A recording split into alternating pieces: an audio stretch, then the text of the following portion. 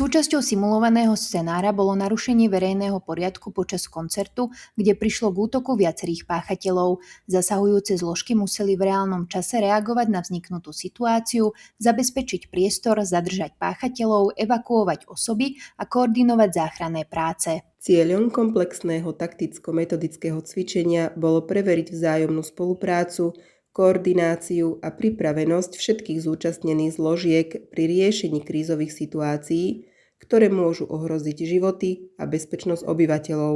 Do cvičenia sa zapojili policajní príslušníci, Mestské kultúrne stredisko Galanta, urgentný príjem Galanskej nemocnice, Červený kríž a ďalší. Ako figuranti sa zapojili študenti stredných škôl v Galante, a to spolu viac ako 700 figurantov. Areál Mestského parku v Galante bol vybratý vzhľadom na to, že je dejiskom pravidelných kultúrno-spoločenských podujatí.